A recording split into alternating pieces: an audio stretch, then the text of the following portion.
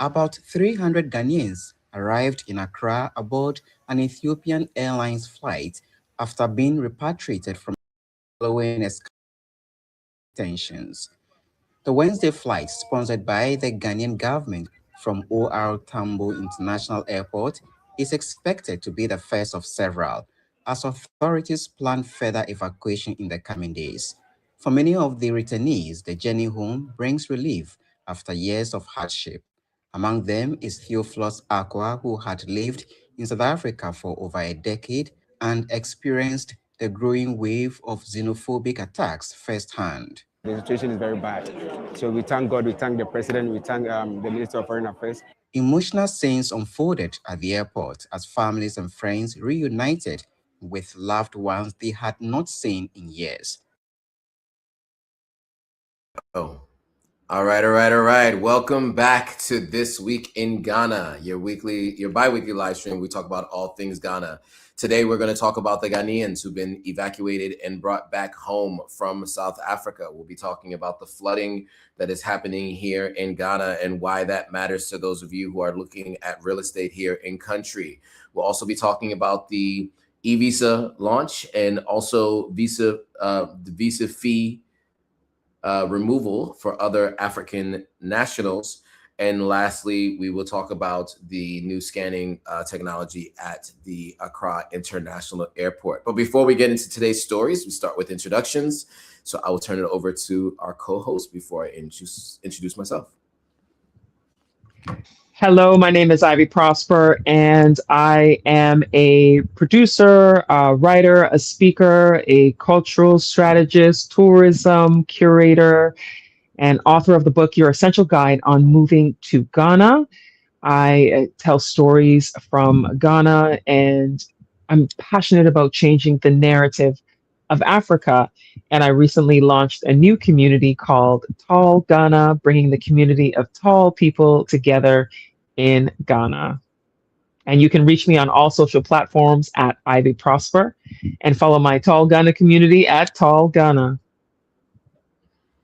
There it is. And I'm Joe Hatagwa, founder of Authentic African Media. We help people visit, move, and invest on the continent of Africa. We also do weekly live streams where we talk about the news of the day around the continent. And then we also do specifically Sierra Leone and Ghana, which are the two countries where I spend a significant amount of time.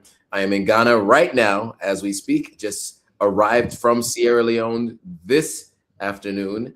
And so, this is where I am at least 3 times a year.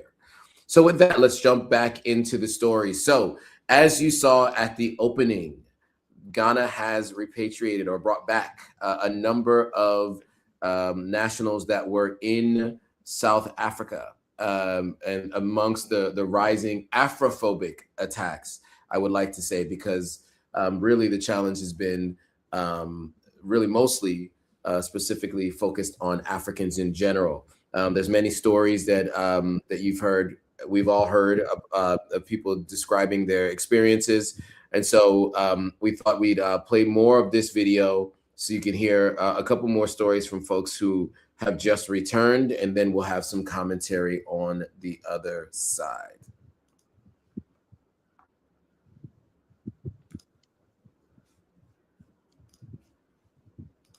However, officials say the return marks only the beginning of the reintegration process. Authorities have outlined support measures, including psychological assistance and financial aid, to help returnees rebuild their lives. Today's welcome ceremony is fully packed. You are going to receive psychosocial support. We have psychologists, we have medical doctors, we have nurses here to take care of you. There will be a reintegration allowance, a special package to help you put your lives back on track. Despite uncertainties, many returnees say they are ready to start afresh and take advantage of the support being offered. Yeah, as the Minister of Foreign Affairs said, they are going to help us. So we are looking forward to that as well. And we are also going to do our best to ensure that we do something to support our lives. Yeah. More Ghanaians are expected to return in the coming days as the government continues evacuation efforts. While gratitude dominates among those back home, the road ahead remains uncertain for many as they work to rebuild their futures. All right. So, Ivy, your thoughts on this story, the returnees and the stories. I know you and I talked about it anecdotally. We've seen some videos, but the stories of what some people had experienced living in South Africa. I think that it is a good idea that the government decided to step in and help people to repatriate back home. I do think it's an unfortunate situation where there is a minority group of people in South Africa who are having the xenophobic behaviors towards people from other African countries. And I think it's a real shame because I was watching, not watching, but I was reading some posts on Threads and on Twitter, X, formerly Twitter, and there was a particular person who it seemed like she was very angry about the fact that the way that Ghana had responded to getting their citizens back to their country.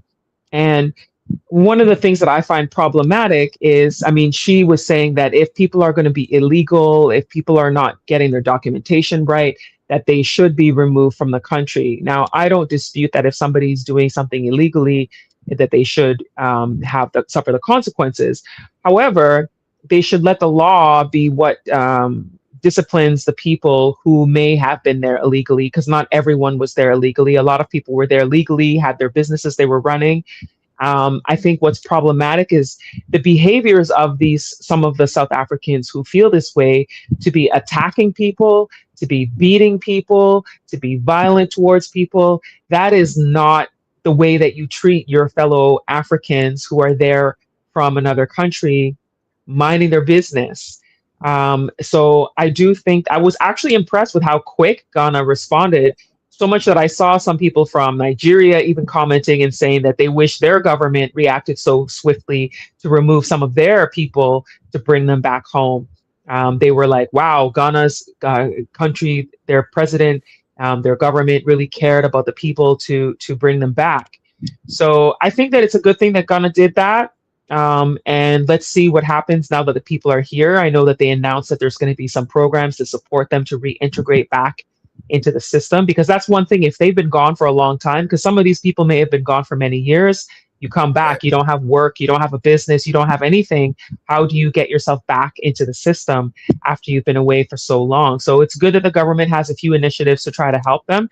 I just hope that it's sustainable, because if let's say it's a one-time thing and then they're kind of left to try to figure out on their own, that might be quite difficult, especially if the people returning don't have a strong support system to bring them back up to, a comfortable way of living. So let's see what happens. And hopefully this is an example of, why we need to start understanding each other, why we need to have more conversations. Why is it that they're attacking Africans? Because there are non-Africans who are controlling much more in that country than Africans. So it just seems so bizarre. And I read something today that said that there was a woman who's now pleading with the companies that are owned by white South Africans, pleading with them to fire people and then hire them in place of people that they fire who they're saying are foreign nationals in the country. And then one particular person was saying, why would he want to fire somebody who's skilled at what he needs to operate his business? If he fires those people, are there people who are in South Africa who are going to replace that particular skill? Migration between countries is such a common thing around the world. People move to other countries because their skills are needed. People from businesses hire people from other countries simply for skills needed. So it's I hope that this is a symbol or a sign, a catalyst to the way that things can be done in the future. So let's see what happens. Absolutely, and the woman you're talking about is Jacinta Zuma. She used to be a radio personality. I don't know if she still currently is on the radio, but that's how she's been described. Former radio personality is the way I've seen her being described. She's been the one leading most of the outward communication, right?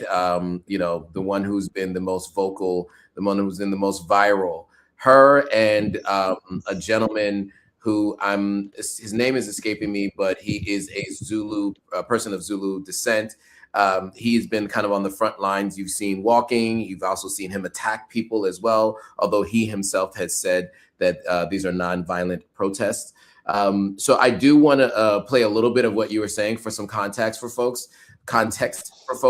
So the press conference that was held where Jacinta actually said that the government of Ghana overreacted.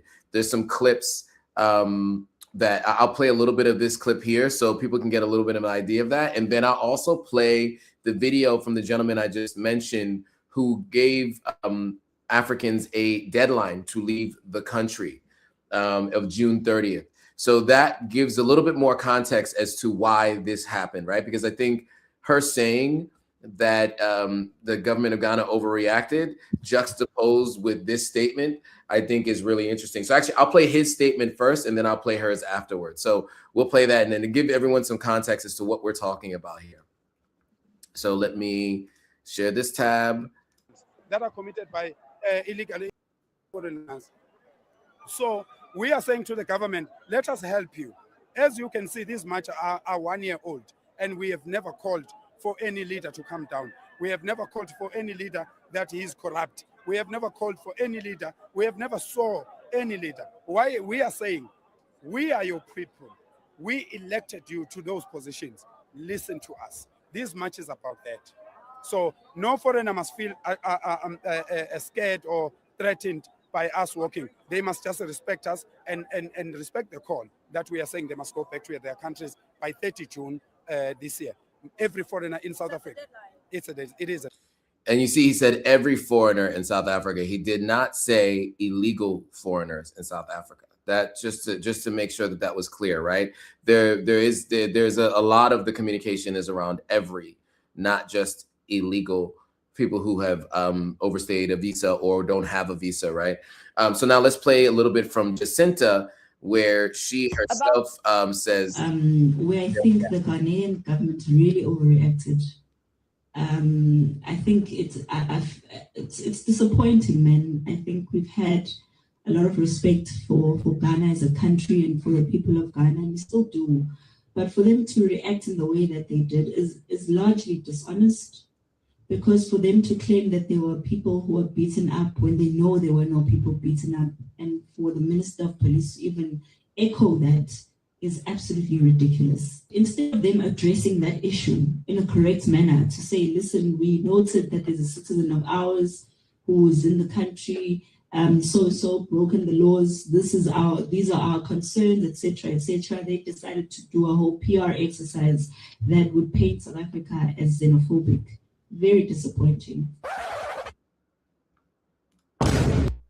all right, so to that point, I'll share a tab. Now, there are many videos. This gentleman here is saying his first-hand account. And he was in South Africa.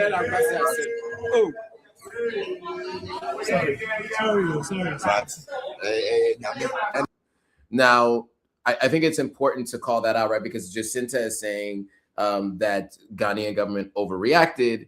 And as you can see here, that's a first-hand account. Obviously, we can't corroborate that particular story, but this is a Ghanaian that has returned back home from South Africa, and he said this is his specific account. There's also a viral story of a woman who has physical bruises still, swelling around her eye, etc., talking about her most recent experience. And so, you know, I think Jacinta is the one that's being dishonest. Let's be real. Now, as someone who believes in nuance, we understand that this isn't the entire country's belief system, right? This is the belief system of a loud minority, but we just don't know how big that group is. And there are a lot of people that are also quiet who aren't speaking up against this Afrophobia or xenophobia. And so that makes you wonder if they also agree with it. It reminds me of other countries, like in the United States, when you have folks who say that, you know, all the Mexicans are taking all the jobs, or people now who say all the Africans are taking all the jobs. You know, there's a growing discontent for the government, and the belief system is that the government is allowing people to take their jobs as opposed to focusing on making adjustments to the government.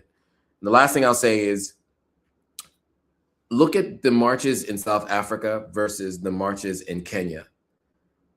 Two completely different countries, two completely different parts of the continent, but they both have similar problems. But who are they focused on for those problems?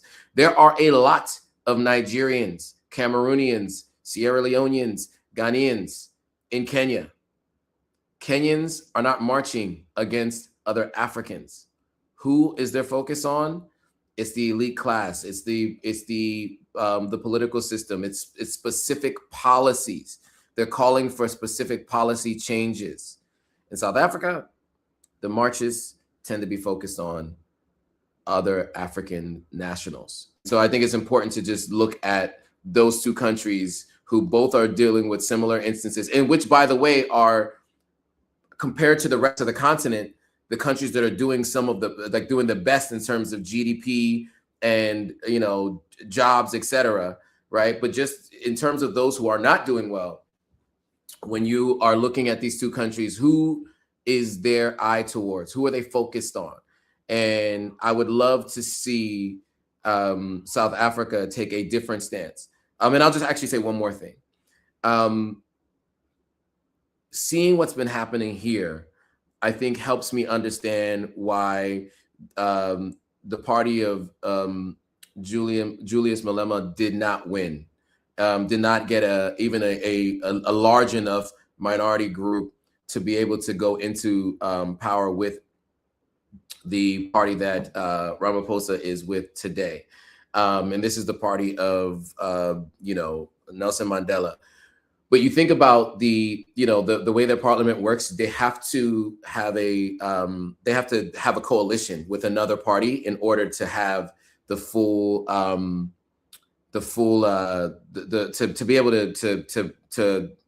be able to run the government, basically. And they did their alliance with the Democratic Alliance, which is a largely Afrikaner, white European political party, right? And I wondered for a while why that was. It seemed like, you know, the party of Nelson Mandela would be focused on freedom and justice for Africans, and they would, a Malema type figure in his party might be one that they would do the alliance with, and they didn't. And it seems to me now, I can understand maybe why some of the voting public did not vote for Malema's party, and why Ramaphosa's party did not do an alliance with them, but did with the Democratic Alliance. And so there's a comment here too. Last thing I'll say, I know I keep saying that's the last thing I'll say, but correction, they took their grievance to the government officials. Right, but they took the grievance to the government officials about foreign nationals, not about policies, about like economic policies for the country. So they went to embassies as well, right? They went to embassy. I saw them sitting outside of the Ethiopian embassy saying that you need to send your Ethiopian citizens back home, that they shouldn't even, there's been even talk about there shouldn't even be an Ethiopian embassy in South Africa. I mean, this is obviously, like I said, this isn't the entire country, but this is a loud minority. And, you know, there's a reason why these videos are going viral, right? It's not as if they don't happen. It's not happening. It's happening. It may not be the sentiment of the entire country. It may not even be the sentiment of more than 30% of the country, but it's a large enough group and a loud enough group that it has captured the attention of people all around the world. And so that's why we're talking about it. I said a lot there. Ivy, did you have anything else to add on this story? No, I don't. Okay. All right. So we will move on to the next story. We're back at Ghana. And by the way, we'll keep people updated on this. If there are more people repatriated back home, more policies, etc. Oh, and you know, you mentioned everything about the practices that they're putting into place for those to come back who are coming back home. I think is really important. So I do want to mention that is the right thing to do. It seems like this government has really thought through steps beyond just bringing people back, but how do they repatriate, right? That's a process that is in and of itself. Okay, so with that, we'll move on to the next story. And you know, Ivy has mentioned this on a number of different live streams previously about, you know, if you're thinking about renting, buying, moving to Ghana, you should definitely come to Ghana during the rainy season. You should see what life is like here. I don't know if you want to say something before I play the video, but yes, you should definitely come here first.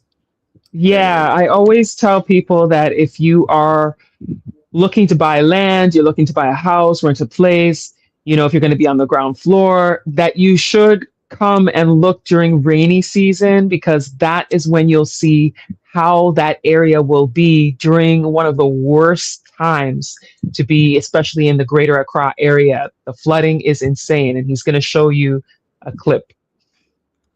Yes, so we'll play this clip and then we'll have some commentary on the other side. Channel 1 said, as part of a post-flood impact assessment, the Greater Accra Regional Minister, together with another minister, had inspected the flood-affected communities in the municipalities surrounding Accra. She directed the MCE to demolish structures obstructing waterways as part of efforts to improve drainage and prevent future flooding. There are tons. Where is this? Where you're reading? Is it from one of the stories? Yeah, it's from Channel 1. Channel 1 story. Okay. Yeah, and I'll play the video in a second here. But there are many videos that have, you know, the flooding. You'll see it in this video. But I mean, if you just Google the videos, you'll be astonished and shocked by the level of flooding that you see in certain areas. So we'll play this video, have some commentary on the other side. Yes, so we'll be right back with some thoughts. Please check. Different thing altogether. Yeah, all this shit. News and up to Wednesday. Me, I'll be here on Wednesday. I'll be here on Wednesday to inspect again. By today's week. Okay. Nakao really said, oh,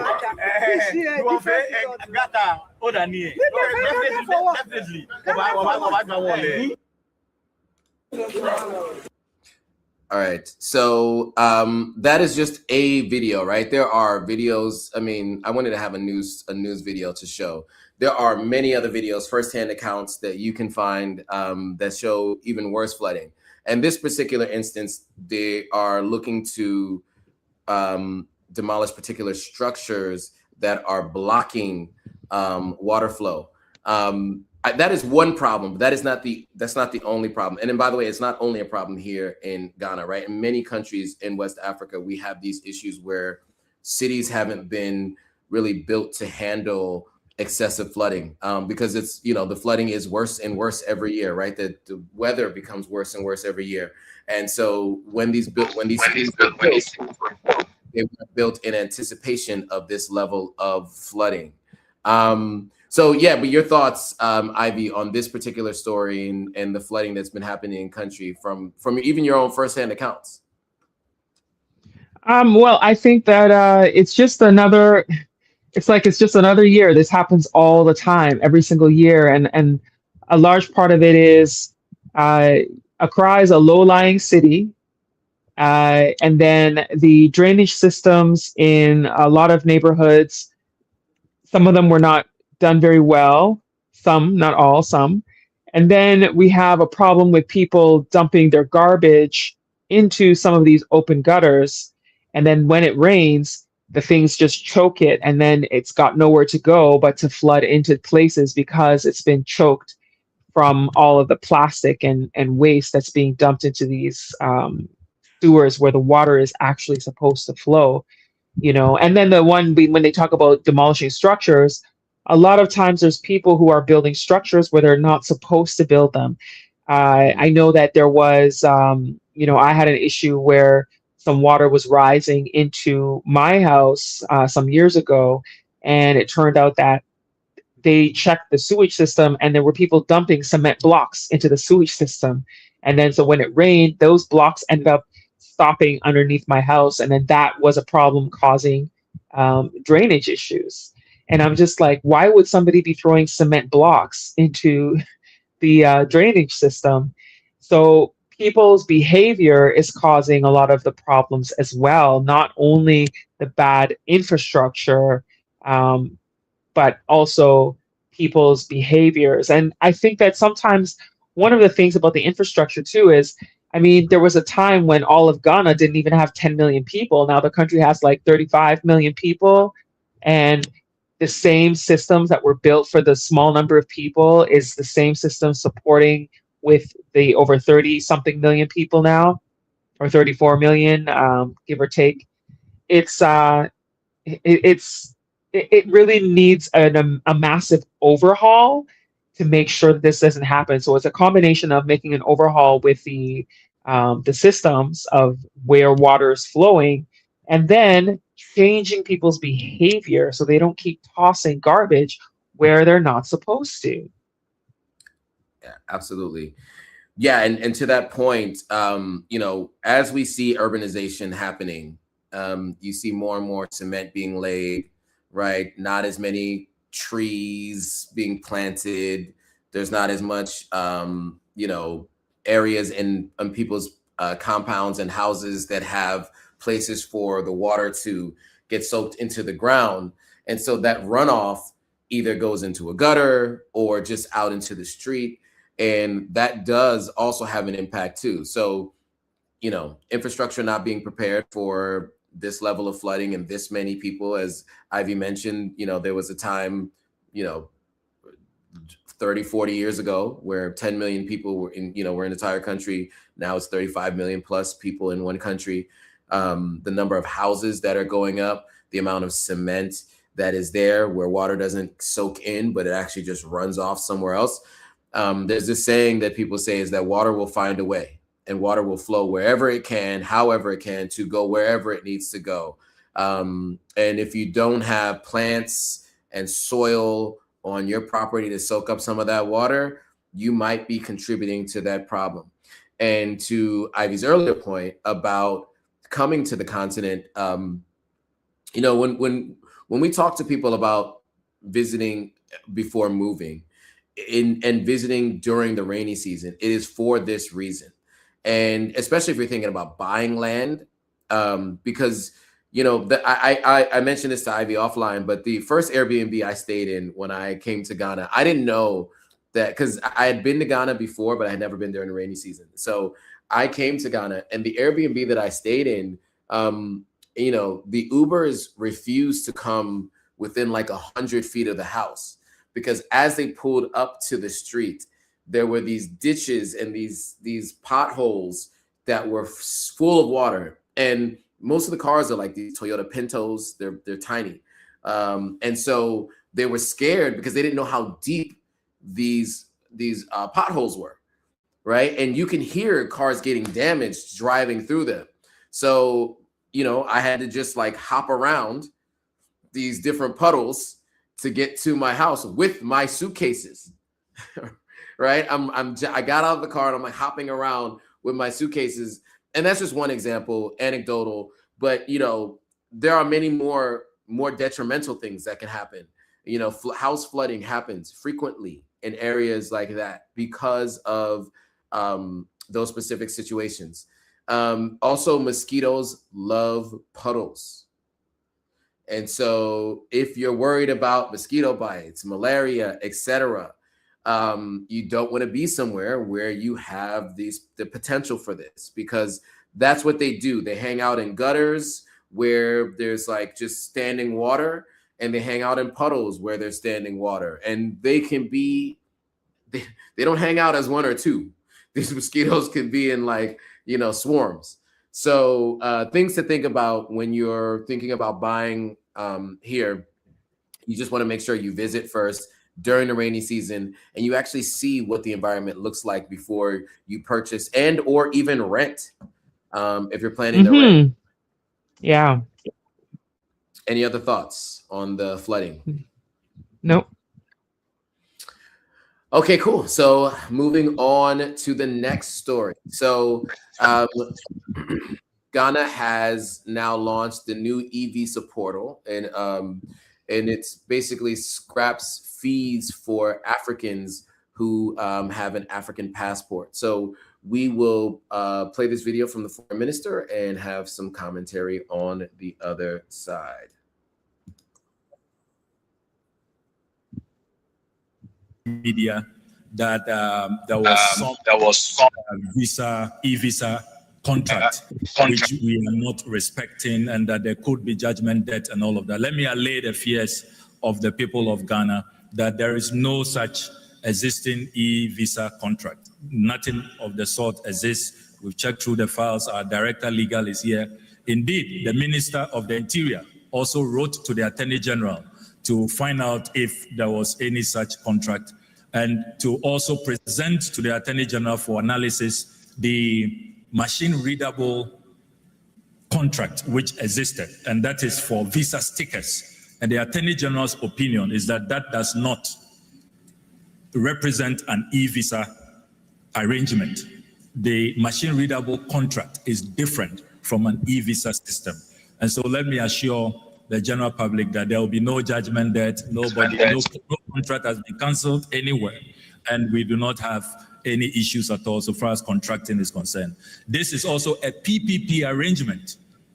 It's a PPP arrangement, and the beauty about this arrangement is that taxpayers have not been burdened. The private partner is setting up the system, of course, under the supervision of the Ministry of Communications, NITA, and the Cybersecurity Authority. So they are investing, and that is how they will recoup their investment over a long period. And so we didn't have to burden taxpayers to, as it were, pay for this system. So it's a very beautiful arrangement, which has been very cost-effective and no burden at all to the Ghanaian taxpayer. And I hope that this clarifies all of those matters that came up this morning. So distinguished ladies and gentlemen, Ghana is truly open for business and tourism, and we thank His Excellency John Dramani Mahama for his vision to pioneer this on this auspicious day. Let me wish all of you a happy Africa Union Day. Long live the great continent of Africa. All right, so we'll leave it there. So the EVISA program, Ivy, your thoughts on this program launching and what it means for those who are traveling to Ghana? I think it's great. I think it gives people an opportunity to apply for their visa without having to go through the cumbersome activity of going to drop off your passport while they work on it, have them send it back to you, not knowing if there's going to be delays. All those things are what people are trying to avoid when you have an e-visa. And so I'm interested in seeing if they're really going to be able to keep up with the 48 hours that they were saying to do it. So, I mean, I think it's impressive to finally get it done. It should have been done a long time ago because they kept talking about it. But now that it's finally here, I know a lot of people have been complaining that it's too expensive because it's $260, which is a lot more than what you would pay for a visa to come. So some people are saying that they don't mind because they get the convenience of doing it right away and getting it within 48 hours. And then others are saying that it's not going to be the same because, you know, Ghanaians would celebrate when they got their sorry, not that. That's not what I'm saying. I lost my train of thought. I lost my train of thought completely. Oh my gosh. I started thinking about when Ghanaians celebrate when they get their passport because the passports take so long. But no, with the e-visa, so basically it's a really good thing because of the fact that people will get it faster, but the expense is the biggest issue now because some people have said that the price right now is close to what people would pay for a multiple entry And so they're saying that it's a lot for a single entry visa, and really you're just paying for the convenience. And then I know a lot of people were wondering if they are able to get the do it the old way still. Right now, you still can. Just know that you're going through the old process of sending in your passport and it taking a bit of time, and then you hoping that it arrives before your flight. Because I know that is one of the sources of contention people have had in the past, is that their things don't arrive in time, then they've got to fly, then they have to change their flight plans, which changes their whole trip plan. So you're really just paying for convenience. And I saw that there was a post on X, formerly Twitter, that was made by a Ghanaian creator named Mac Jordan. He posted that he felt that it was too expensive, and then he listed out different African countries and what they're charging for their e-visas, and most of them were within 50 to 100 and something dollars. So he was saying that Ghana is extremely expensive. Yeah. Yeah, so and I understand that, but I think why it's expensive is because, to the point that was just made in that video, that they didn't want to pass on that tax burden to local Ghanaians. So it is a private company doing it. As he mentioned, they have a private partner. Private companies, capitalism, they charge for their services. So instead of the taxpayers of Ghana paying for other people to get visas to come to Ghana, that got passed on to those people who are applying for those visas. And to your point, it is a convenience fee, right? When you go to a convenience store, those prices are more expensive than you go to a wholesale store, right? The wholesale store, there might be just one and it might be further away. But if you have one right in your neighborhood, it's really close by, you're going to pay for the convenience because it's right there. Generally, you pay a convenience fee. That's how it works. So for those complaining about it, I also do understand it, that other countries may not have it, but who takes on the costs of that? And I think it's really important that we don't add more costs to the average Ghanaian, and that, those people who want to go to Ghana should pay the price for a visa. Now, on that note, that is for people who don't have African passports, right? Because there also is a new launch for visa fees for Africans being removed. So that leads into the next story. So we'll play this video and have some commentary on the other side. Let me just add some notes. So Ghana's President John Mahama announced that African passport holders traveling to Ghana for business or tourism will now be able to apply for visas through the new online visa system without paying any visa fees. So Mahama says the move is aimed at making travel across Africa easier while still maintaining security and efficient border management. He also revealed plans to further expand easier travel access for people of African descent around the world, describing the initiative as part of Ghana's commitment to Pan-African unity, inspired by Kwame Nkrumah. Now, obviously, if you have a West African passport, as I do, you do not have to pay. You're under ECOWAS, so you just come into Ghana. But for those who are other parts of Africa outside of ECOWAS, they have had to have a visa previously and had to pay for a visa. But this EVISA program is, as it's been rolled out, it has now been free for other Africans. So, which I think is also interesting. So we'll play this video and we'll have some commentary on the other side. Effective today, from this moment, all holders of African passports traveling to Ghana for business or tourism will apply for visas exclusively via the new online EVISA platform, and they will pay no visa fee.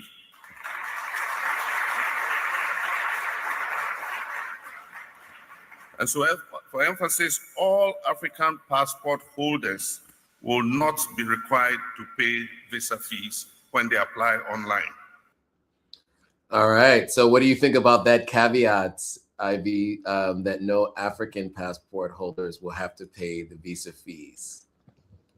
I mean, I think that it's one of the initiatives to try to make sure that Africans can travel smoothly from country to country. It's a source of, what's the word? It's quite disappointing for a lot of them when they're traveling from country to country, then you get somewhere and they're just kind of like, hold up, no, you can't come in here without paying X amount or whatever. I feel like President Mahama wants to remove that barrier for other Africans who choose to come to Ghana, because there's a lot who are here. A lot of them come to school here, and then they leave, and then they want to come back.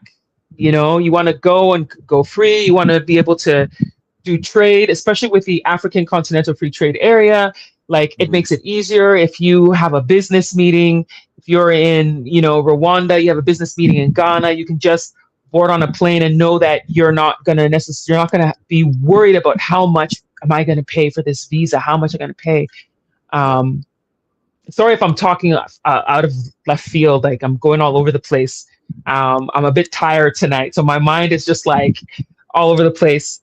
And I think it encourages Africans to not allow the visa process to become the barrier of them traveling, because already travel within Africa is expensive. Getting a flight, like I remember looking to see how much would it be if I was going to fly from Ghana to Benin instead of driving. And it was like $1,000. And I'm like, to Benin? Are you serious? So I know that there's a lot of Africans that do road trips because the flights are expensive. So, you know, removing the barrier of the cost of the visa is very helpful, because I've heard stories about some African countries charging like $200, you know, getting visas. Because I've seen videos of other creators who've talked about how expensive it can be going from country to country. So I think it's a good idea that he's decided to do this to help other Africans when they come to Ghana. Absolutely. Yeah. I mean, look, and, you know, to your point, this is a conversation we've been having for a long time, that the continent of Africa should have freedom of movement the way Europe does. Right. You know, I think I don't always point to Europe as the beacon of light for things, but in specifically for the fact that when you talk to someone from the UK, they've been to Spain and Italy and all kinds of other places because they make it easy to travel between countries. They always will tell you, oh, I've been to Spain many times. I've been to Italy many times. I've been to France many times. And then vice versa. You talk to French people. They've been to England many times because they make it easy to travel between countries. The continent of Africa has historically, or at least in recent history, made it difficult to travel between countries for all the reasons we just described. Airfare is expensive. Then on top of that, there are visas. Then on top of that, sometimes visas are not even issued, right? And so the fact that a visa can be issued, but then the cost is so high, I think has always been a challenge. You know, it's cost prohibitive for many people. And I think that's what leads to some of the challenges we see with, like, let's say South Africa, or when we talked about, you know, the previous misunderstanding about what the traditional garb that Muhammad was wearing at a meeting in an East African country. The name is escaping me. But, you know, these kinds of things, I think, create barriers more than build unity. And, you know, Kwame Nkrumah being someone who you know, helped found the country of Ghana on Pan-African principles after having gone to an HBCU, being inspired by Marcus Garvey and Marcus Garvey's principles of Pan-Africanism. I think, you know, I like to see that we're continuing that legacy and doing that through policy, not just words, right? Because it's really important that you lead by example. And, you know, people don't know something is possible until they see it a lot of times. So now that it's been done in Ghana, we hope to see it be done in more places. And other people have offered it as well. Burkina Faso has talked about doing this in other countries as well. So I don't want to act as if Ghana is the first or the only. But as far as one of the countries that people have been going in large numbers to vacation, etc., it's really important to have a policy like this moving forward and having it written into law so that it stays that way. I think it's really important. So, you know, we want to see more of it. We're excited for it. And you know, kudos to the government here, this current administration, and following through on some of the promises of Kwame Nkrumah's legacy. So with that, we will move on to the last story. And this one is about 3D scanners to end or reduce the amount of belt and shoe removal at the Accra International Airport. So John Mahama's administration's building rapidly on their digital modernization drive. They announced a major technical upgrade at the Accra International Airport. It's aimed at permanently eliminating what some people call the most frustrating bottlenecks of air travel security. So the president revealed that the state has begun installing cutting-edge 3D security scanners at both Terminal 2 and Terminal 3, a structural shift designed to dramatically cut down transit times and elevate the passenger screening experience to 21st century global standards. I will say that there's still places around the world where you still have to take off your belt and your shoes. So let's just be clear that it's not like they're bringing it up to standard. This is right. above and beyond some others, because there are many other places where you have to take off your shoes unless you're TSA pre-check. And I can speak specifically as someone who travels frequently throughout the United States. So I'll play this quick video and then we'll have a little bit more commentary on the other side. In both Terminal 3 and Terminal 2. These tests will eliminate the need to remove laptops and liquids from your hand baggage when you travel.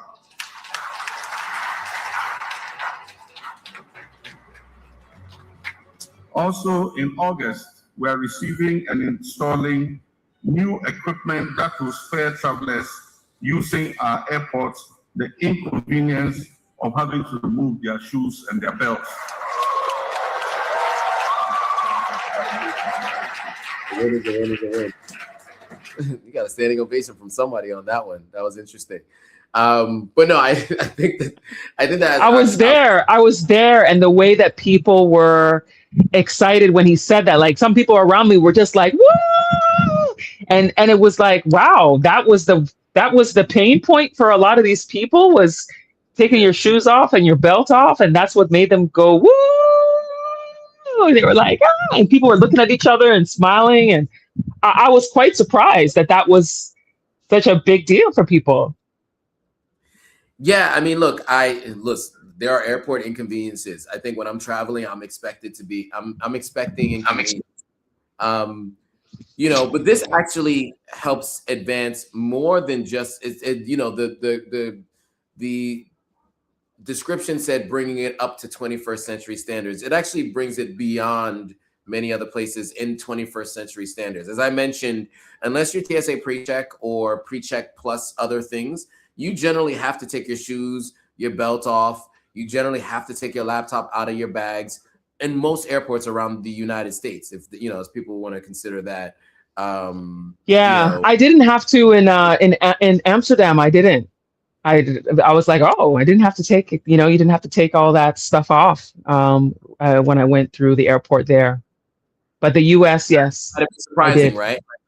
Yeah, it might be surprising to go to an airport where you don't have to, right? Because in most other places you have to. But yeah, I mean, I'm TSA pre-check, and I'm pre-check plus the other one, whatever it is, scanning, whatever. And obviously that for me has made life easier to travel through there without having to take my laptop out, without having to take my shoes off, etc. And even sometimes they bring you into the general line and they have you hold your, they give you a little something that says your TSA pre-check and you can walk through. But it does reduce the inconveniences. And what they mentioned too is you no longer have to take your liquids out of your bags. You don't. So that's all some of the other things too, because it does slow things down when you're going through the line and you're taking. That's true. Yeah. Your laptops out, and then you need all these extra trays, right?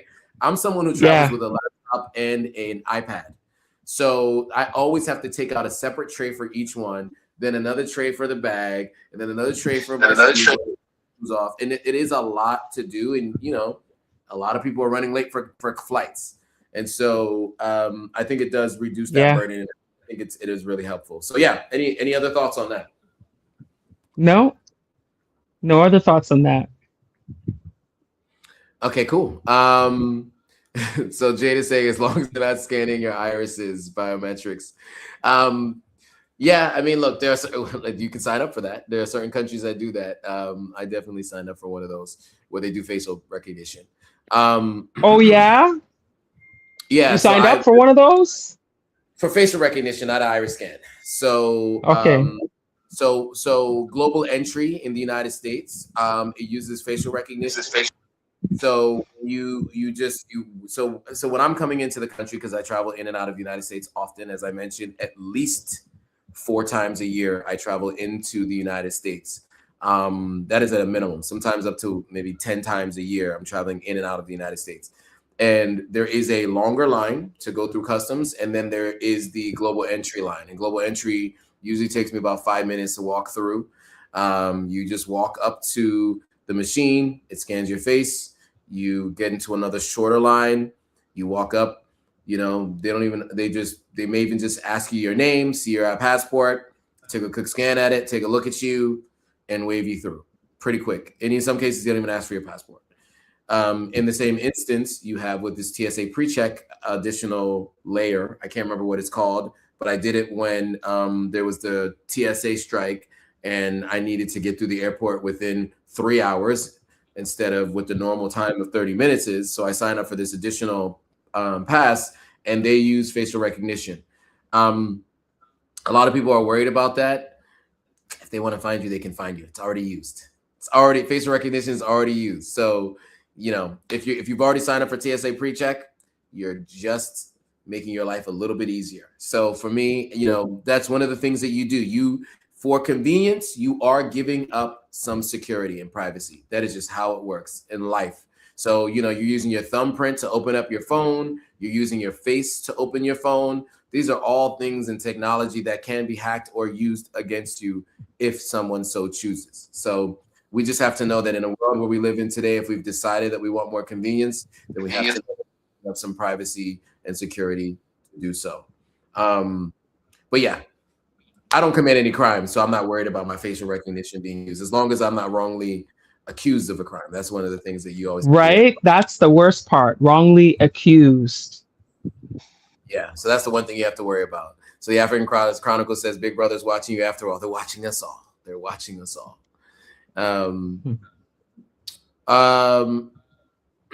Okay, so well, that was the last story. A lot of entry into Ghana.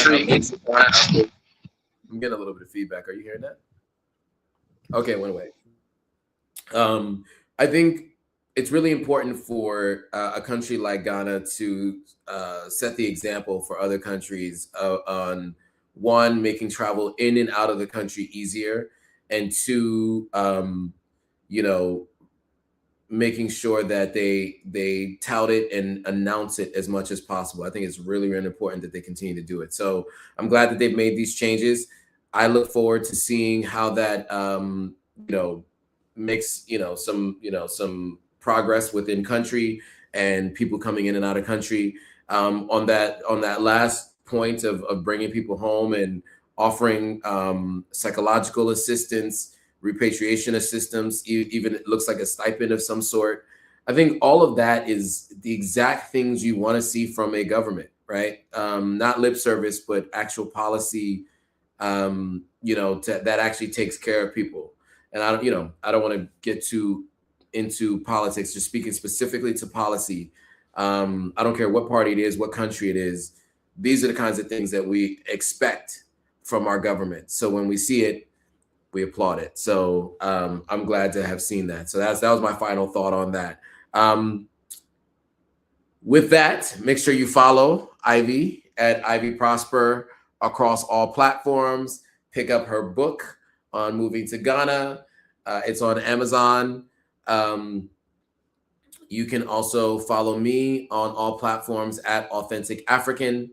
And you can also sign up for my newsletter. Link will be in the description below. So if you're interested in a weekly newsletter on the news happening around the continent, and then I'm also launching the collective where I'm giving access to all of my resources. So plumbers, contractors, real estate agents, lawyers, etc.